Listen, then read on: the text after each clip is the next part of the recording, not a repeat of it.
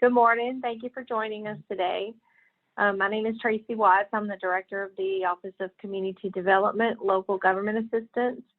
And we're going to do a technical assistance webinar today to talk about the citizen participation as well as procurement requirements for the CDBG program.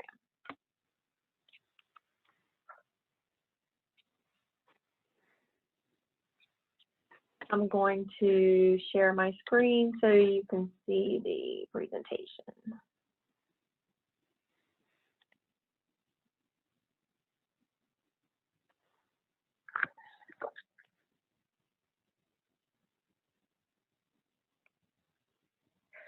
Okay, so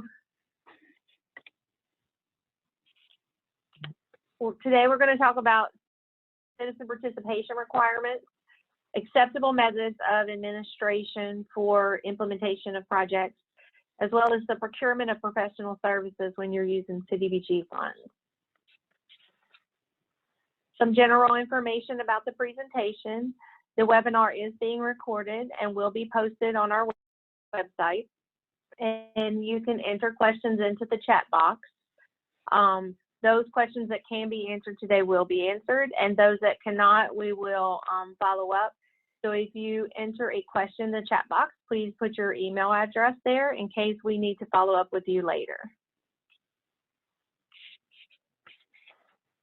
For citizen participation requirements, all applicants or grantees shall provide citizens with an adequate opportunity to participate in planning, implementation, and assessment of the CDBG program. You must provide adequate information to the citizens, have a public hearing at the initial stage of your planning process to gain views and proposals from your citizens about what the needs are in your community. And you also want to provide them an opportunity to comment on the performance of the project at the end of a project. All applicants and grantees must have a citizen participation plan. It has to be developed and adopted prior to application preparation.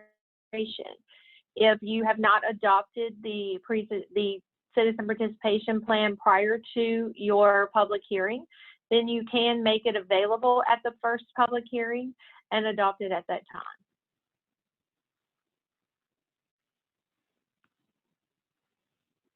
At a minimum, these are items that your citizen participation plan must include. You have to provide for and encourage citizen participation, especially low and moderate income persons. You want to provide citizens with a reasonable and timely access to meetings or information, any records that are related to the project. You want to have some information about technical assistance and how you're going to provide that to the citizens. Provide for public hearings to obtain citizen views. Have a formal written procedure that will accommodate a timely written response to written complaints and grievances. And the amount of time that you take at each step in that process should be identified in your plan. Show how the needs, or identify how the needs of non-English speaking residents will be met. And a sample plan is on our CDBG website, and you can access it there. If you have specific questions about your citizen participation plan and what you need to do, you can contact me, Tracy Watts, or Heather Paul, who is our Assistant Director, with questions. Your first public hearing, you have to give at least 5 days notice for persons that may be interested in attending. Plan your hearings and notices early in your process to make sure that you have adequate opportunities to achieve public participation. You need to make sure that you're holding these meetings at a time that is conducive to your citizens attending.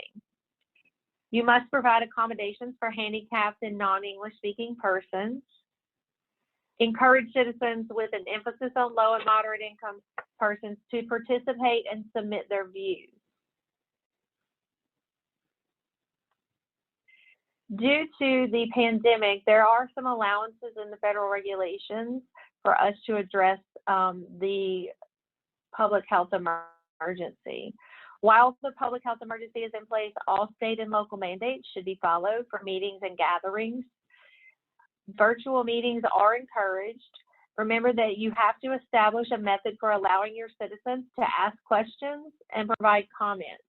So that needs to be taken into account when you set up your virtual meetings to enable them to participate.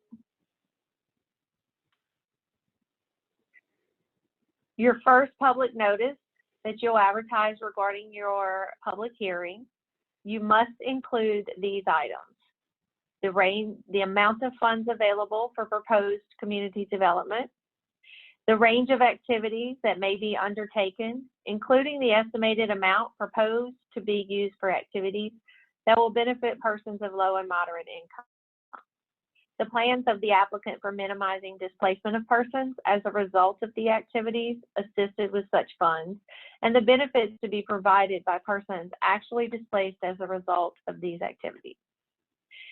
If applicable, the applicant must also provide citizens with information regarding the applicant's performance and prior CDBG funded by the state. Remember, you're going to talk about the amount of funds available for proposed community development. So in order for you to conduct your first public hearing and to publish your notice, make sure that you have that information about the type of program that you're trying to seek comments on so that you can answer those questions. And note at the bottom that written minutes and a roster of attendance must be retained. If you do have persons in attendance at your public hearing, then you must have written notes or minutes that identify that these items were discussed at that public hearing. Your second public notice must be published after the first public hearing and before your application is submitted. It must be published a minimum of 7 calendar days prior to the submittal of the application. You will inform the citizens of your proposed objectives, activities, location of the proposed activities, and the amounts to be used for each of the activities. And the citizens must be given an opportunity to review the application and comment on the proposed application. Again, I would take into account the restrictions that are in place due to the pandemic and make sure that you are giving these opportunities in a safe way. Your notice must state the proposed submittal date of your application and must further provide the location at which and hours when the application is available for review. I would encourage you all to make it available electronically so that persons can review it without having a face-to-face encounter. The application must be available for review when the notice is published in the paper. So the application and all of the documents must be signed and executed prior to being available for public review. Again, your application must be complete at that point so that citizens are reviewing an accurate document. Notarized proof of all publications should be filed, and notarized proof of the first and second publications should be submitted in your application. Some other items that should be considered for citizen participation are technical assistance. Technical assistance must be provided to facilitate citizen participation upon request.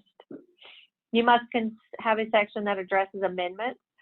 Grantees must involve citizens in program amendments. A public hearing must be held prior to submittal of the program amendment.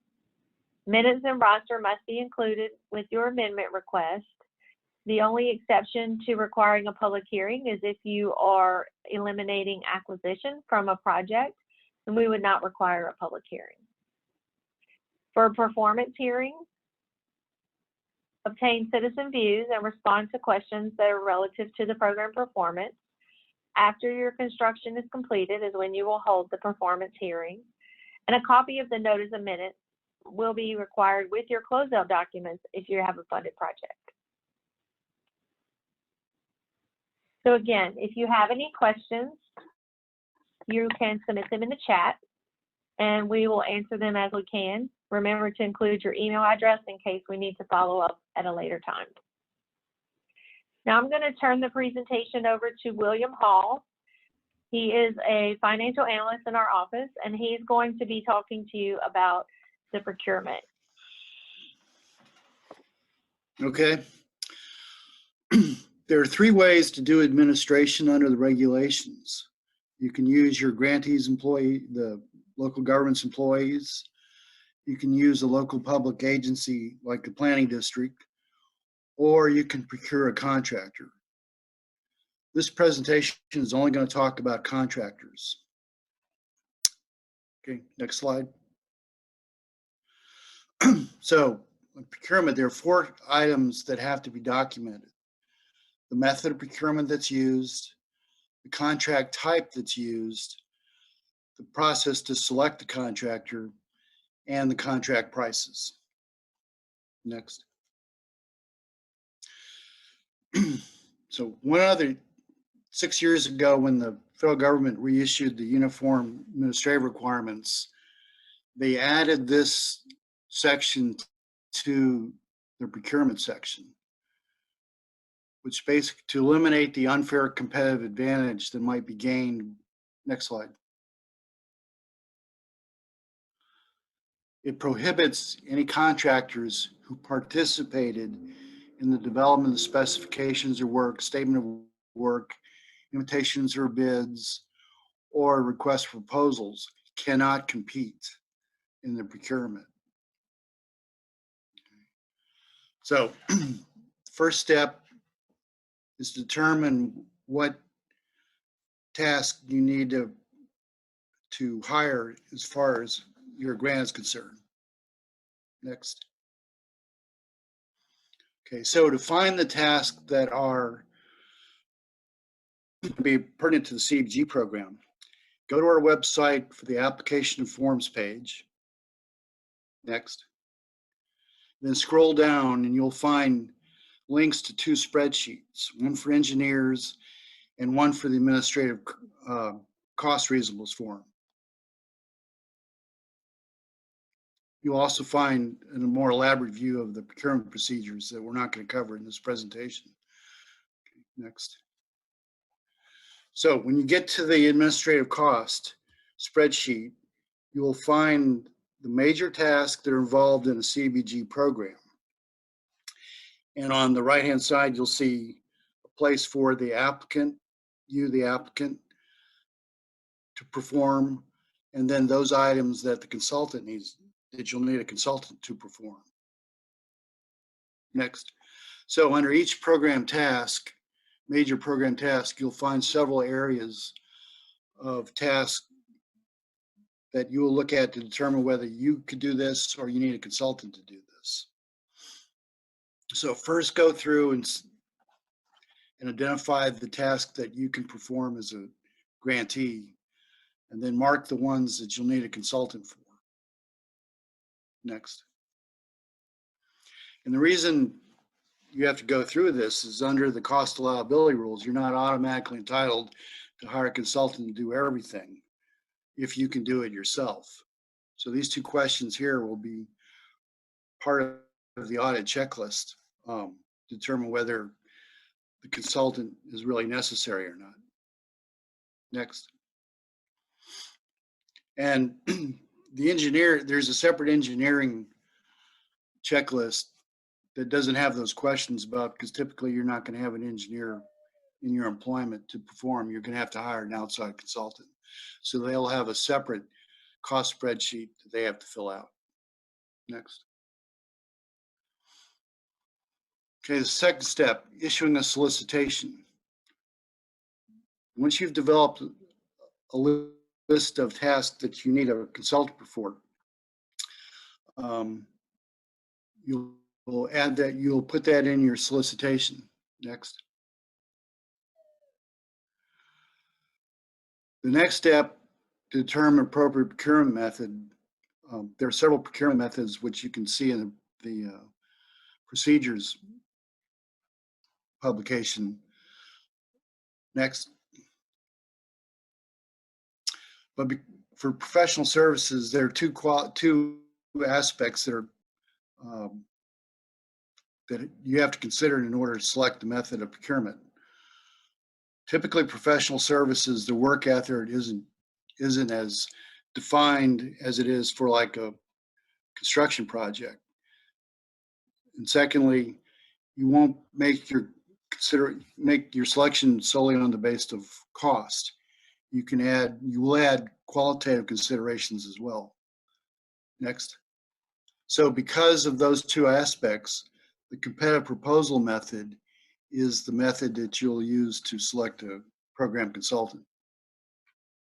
Next. So other than price and cost, what do you consider? The basic requirements are qualifications, capabilities, experience. Next. So under qualifications, what professional license do they have? Is there particular technical expertise they need? What are the academic qualifications that the proposer's employees have? Capabilities. Is there a special function you need as far as your project? Is the size of the project so big you need a certain level of employment by the contractor? Experience. How long has the proposer done this? How many different types of projects has the proposer done? Those are all items that you'll consider as part of your selection process. Next. So when you devise your selection, there are two things you need to put in your selection criteria. The items that are important for your project, and secondly, items that will help you discriminate against different proposers. So for example, you want to direct solicit 4 different proposers who've done this for decades. Does it make a lot of sense to allocate a lot of points for years of experience when it's all going to end up in the same thing? It's not going to distinguish anybody. So those are the kind of things you need when you consider how to weight your selection criteria. Next. So I'm going to make a comment about past performance. Under certain federal requirements, you have to consider past performance in selecting a contractor. This is not required. And we've received, in looking at solicitations in the past, the towns have asked for past performance criteria or allocate points and then ask the proposer to grade himself. So that's not acceptable. Doing past performance is useful, but it's also very time consuming. So unless you're going to make the effort to gather independent information, don't use past performance. Next. So you can divide up your selection criteria in 2 different ways. One is the threshold criteria, and then criteria that you'll use to compete against each other. So for example, if you know that years of experience isn't going to distinguish because your proposers have all done this, you can make years of experience just as a threshold, saying if they've done this 10 or more years to qualify for the competition, that's good enough. You won't be grading their actual years of experience, and save the evaluation criteria for things that will actually make a difference in the selection process. So a note for architectural engineering services, your federal rules allow and state law requires that you can't use price or cost as part of the selection factor for their services. An engineering firm that wants to do administration has to compete on the price among the other items, but you can't use it for a selection for actual engineering and architectural services. Next. So methods of solicitation. Unlike sealed bids, the federal rules don't require that you advertise. It's an option, but it's not a requirement. So you can advertise, you can post your solicitation on your website if you do procurement through your website, or you can do direct solicitation to known contractors. And we will offer to advertise the selection for you on our website. So you send us the solicitation, we'll post it here on our website. Next. So originally we were going to, before the COVID kicked in, we were going to do technical assistance around the state on procurement to go over these issues, but we obviously didn't have time to do that. So we're going to require that you, before you issue the solicitation, that you send it to me to review so I can go over more detail some of these items and make sure that it's meets the requirements of competition, that it includes the scope of work that you need, et cetera. Okay. So once the solicitation is issued, then the next step is for the people that you're soliciting or want to respond to solicitation to go over the task list that you've issued. Next. And in particular, they need to identify, to do the cost determination, they need to look at the work effort for each task and attach a price to it. Next. So on the spreadsheet, on the cost reasonable spreadsheet, they'll find a place to put the number of hours required for each task, the number of iterations they expect to do the task, and which will calculate the total man hours. Next. Times the reimbursement rate will calculate the total cost. So once you've selected a contractor, you'll be required to send that spreadsheet to us for review for cost reasonableness. So the next part, once the proposers have sent in their qualifications and their cost proposal, you go through and evaluate according to the criteria. Next slide. And it's very important that you only select the contractor based upon the factors that were in your solicitation. You can't add something later that wasn't advertised in your solicitation. Okay, so it's been kind of a practice that only one solicitation arrived, only one proposer applies to responds to solicitation. That is not acceptable to the federal government.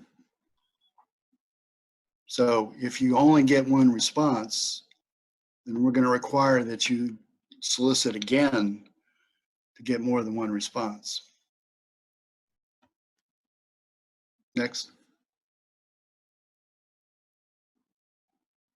Okay, the next step is to construct a contract for your contractor.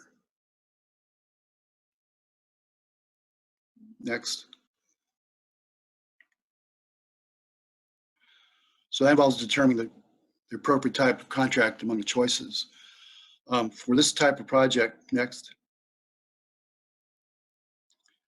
A cost reimbursement contract is the contract you're going to use. A fixed price contract is only for when there's a definitive work product that will result. Next. So for cost reimbursement contract, you'll list tasks that you know will have to be performed. You'll list tasks that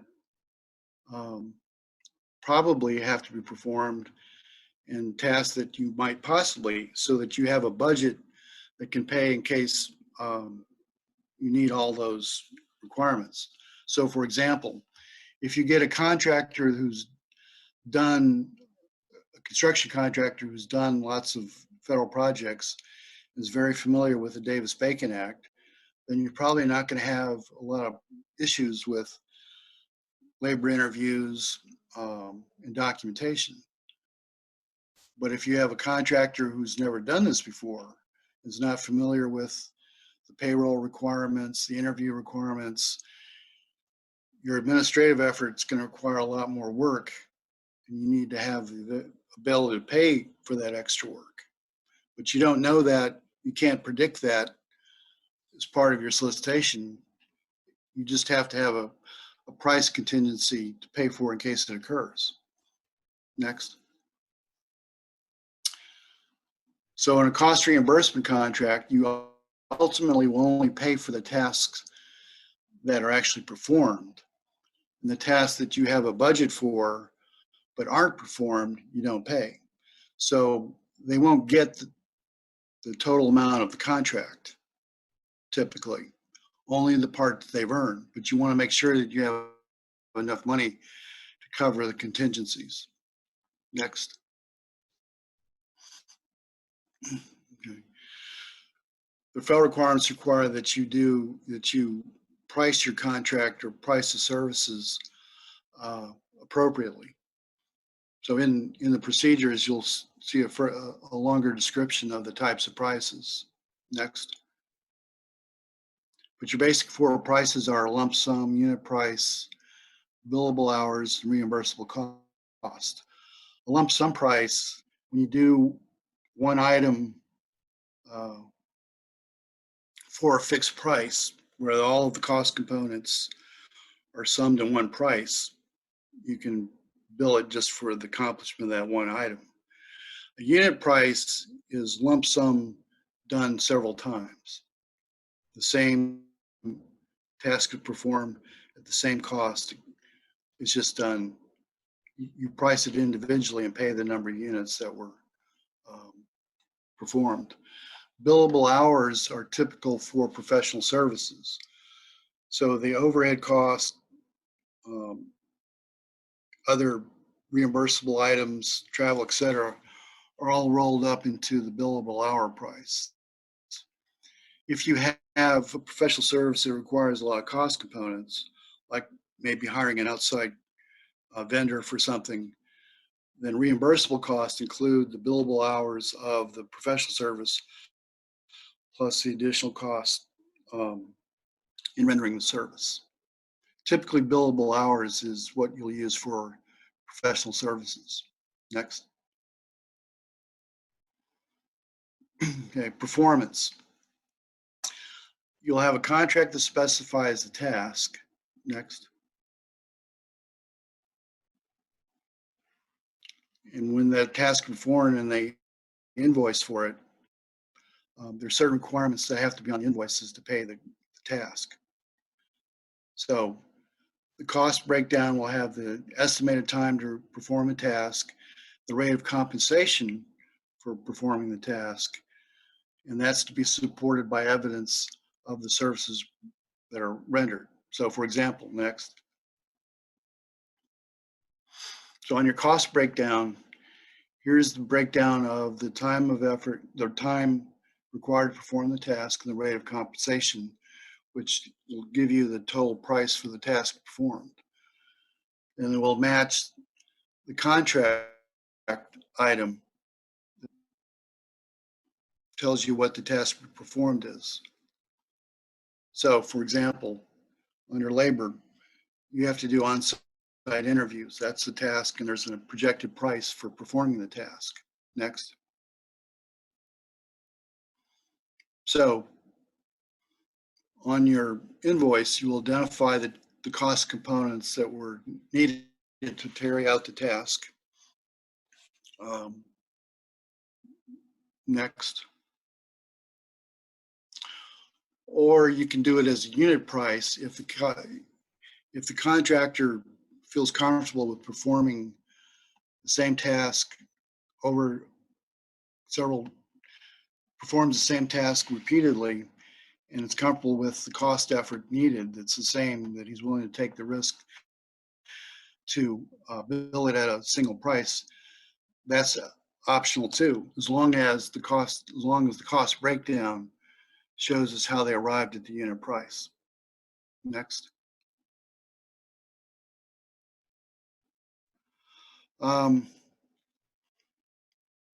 So work product. The final process for doing this is you have the billing invoice, and it needs to have a description accurate enough to determine what the work product, what the end result of the task performed, what the end result of what the billing was for. Next. So doing labor interviews. The evidence of them being performed is the interview forms. So in the audit process, we look at the invoice saying, what did he do? And then look for the evidence of what was done. So for labor, this is what the evidence of the work product that will result from the task performed is. Next.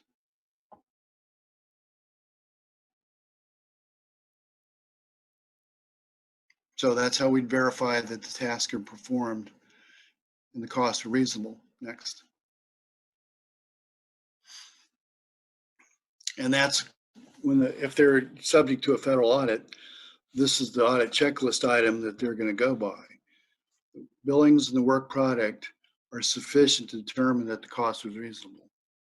If it's not, then the auditors are instructed to question the cost. And that's what we're trying to avoid. Next.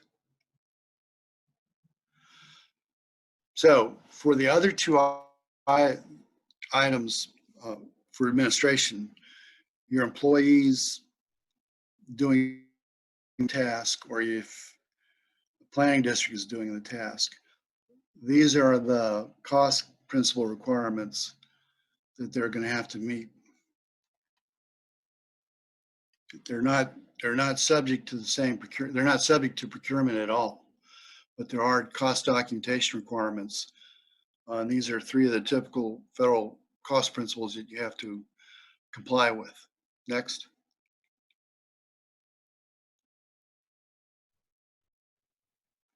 So, are there any other questions? Let me go through the chat.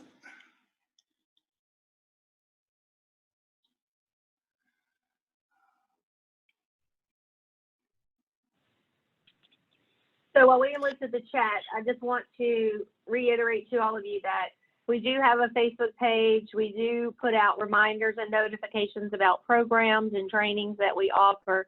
We also will announce when we have other funds available or we make awards. So we encourage you all to follow our Facebook page. Okay, so first question. Okay, go ahead. No, go ahead. Does a small purchase have to have threshold evaluation criteria, or could it be limited thresholds and compare on price? Yes, compare on price. If you're using a small purchase, that means that there's a definitive work product that the different vendors can offer a price. You know what you're buying. The work, if they're going to offer a price, then they've already decided what work efforts needed to produce that. So if you use a small purchase, no, you don't have to have other evaluation criteria. You can simply say, this is the product I need, give me a price. Next question. If only one proposal is received in the first solicitation, should the local government immediately begin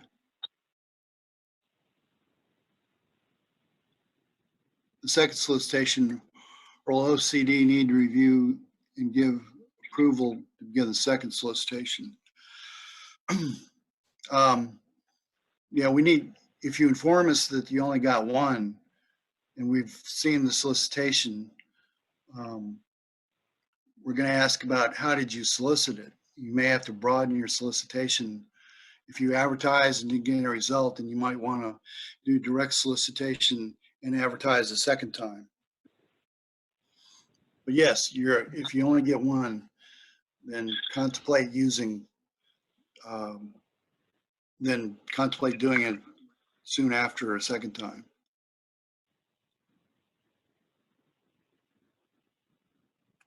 Comment, small purchases based only on price, but must be definitive task, correct. So for example, if you go through the task, for larger communities, typically if you have a staff that can perform a lot of the usual administrative tasks, and you just need a consultant to do the environmental, then do a small purchase solicitation for the environmental.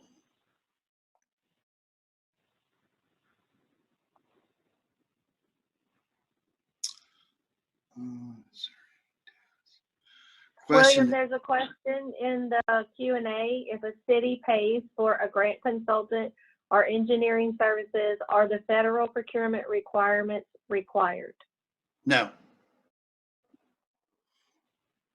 If they're paying for themselves, then they go by their local procurement policy or not, because it doesn't matter.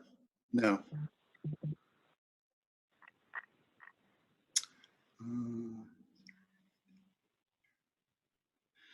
Is there any data set available to determine the acceptable overhead level for particular services? For non-governmental private, there isn't. For planning districts, for instance, or a governmental entity, they have to have an approved indirect cost rate, which you apply to whatever your cognizant federal agency is with the financial data, and they will give you an indirect cost rate that's good for 2 or 3 years that you apply. But other than that, there's no standard you have to go by. Next question. What if inadequate competition occurs after the second solicitation?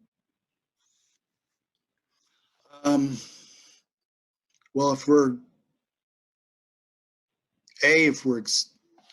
agree that you did sufficient advertising, sufficient solicitation, it can be approved as a non-competitive procurement, but it doesn't mean that the feds will buy off on that. We need to discuss that further. In the past, our process has been that we would require you to submit your solicitation, which you will have already done based on our new requirement of having you submit that before you issue it. And then we will also look at cost reasonableness to make sure that you've considered that. And then we'll make a determination if we feel like you can go forward or if we think you need to do something differently. So it'll be handled on an individual basis. You would need to contact our office and we will go from there. So next question, do the federal procurement requirements for soliciting contracting for professional services only apply when the services will be paid for in whole or in part with federal funds? Correct. If you're paying for yourself, you don't have to follow these procurement rules. If the applicant intends to pay for professional services fully with local funds, do federal procurement requirements apply? No.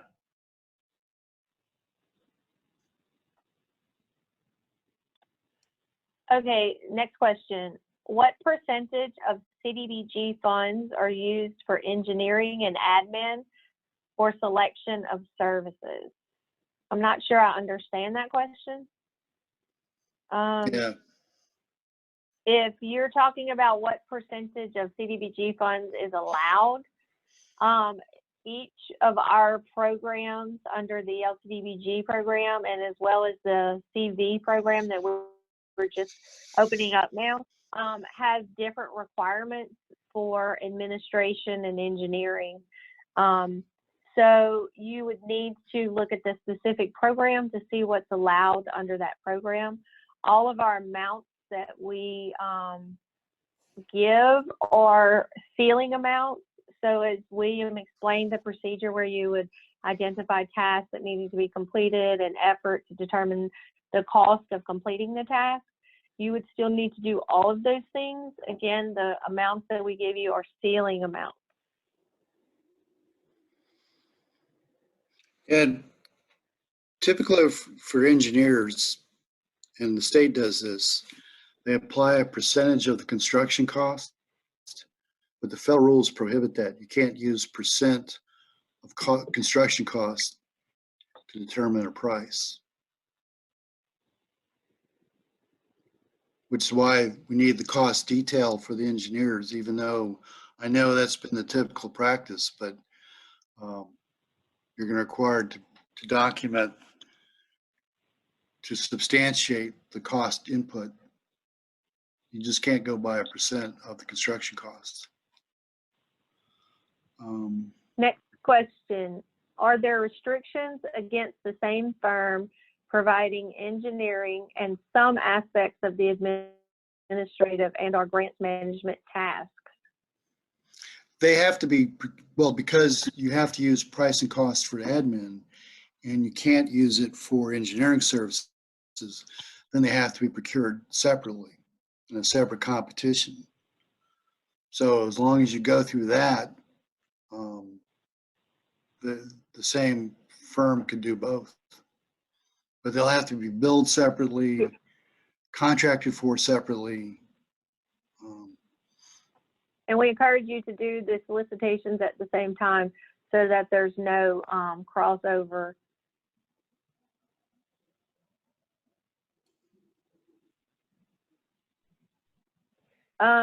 Next question. If we post a solicitation on the state site, would that be sufficient to outreach to WMOB?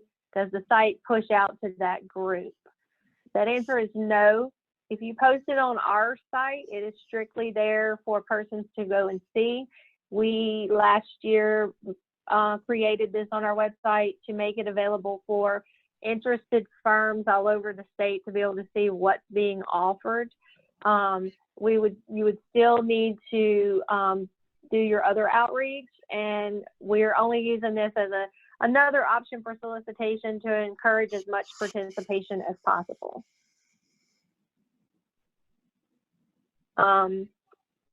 Next question. For architectural and engineering services with no cost factor during procurement, will OCD need to approve the cost reasonableness and spreadsheet prior to the local government's awarding or executing the contract?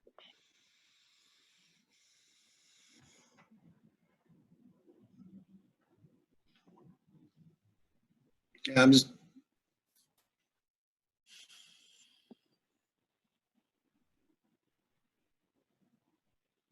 What'd you say? No, I'm just trying to think, because we had discussed that we,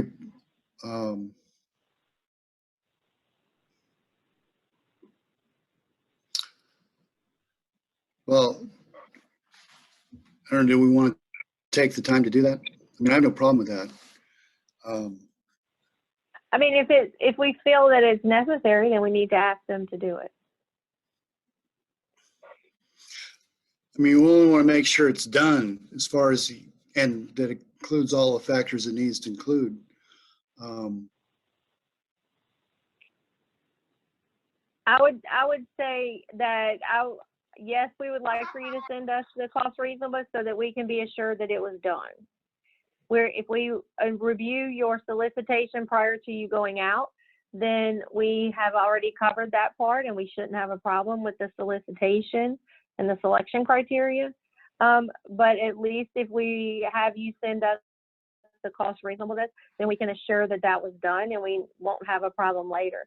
Much of what we're trying to put in place now is to avoid us having issues at monitoring. We don't want to have to disallow any costs and have any local governments to have to pay back any funds. Next question.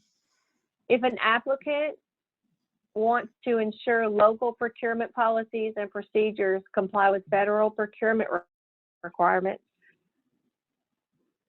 where federal funds are involved, is there a way to incorporate these federal procurement requirements by reference?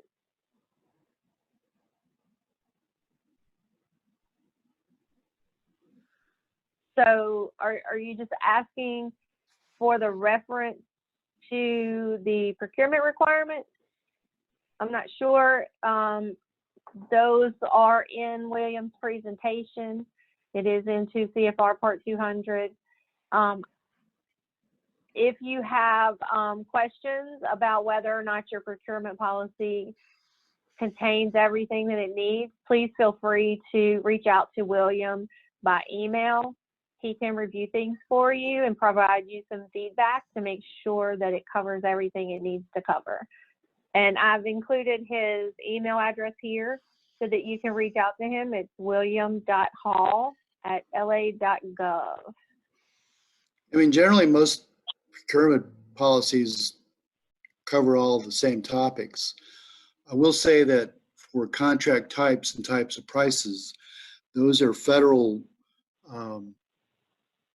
definitions that aren't universally used. Because I know with the state description of types of contracts, they describe what the service provider is, not the economic aspects of the contract. So they don't have a classification of fixed price versus cost reimbursement versus time and materials. To comply with the federal rules, you need to know those distinctions. You also need to know the distinctions of the different types of prices. But other than that, I mean, most procurement policies I reviewed include all of the federal stuff.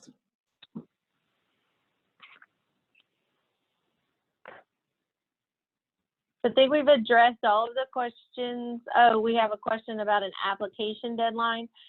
It depends which program you're talking about.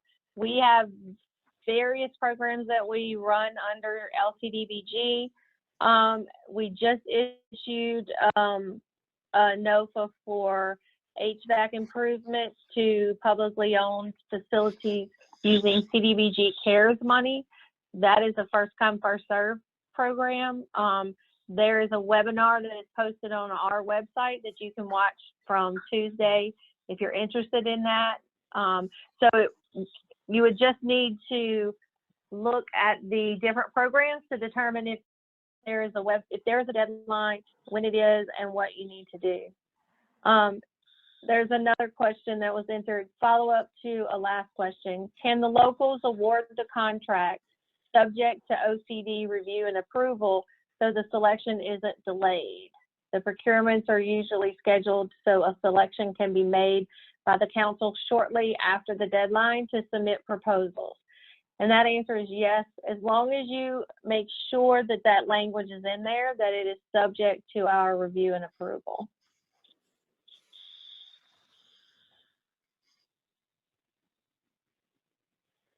Again, if you have any other questions, as you go through this process, if you have any thoughts that you need to check with us, you can email William Hall, william.hall@la.gov regarding procurement issues. You can also contact me. My name again is Tracy Watts, or our assistant director is Heather Paul, to get some information. So we appreciate you joining us today, and we look forward to working with you. Thank you. Goodbye.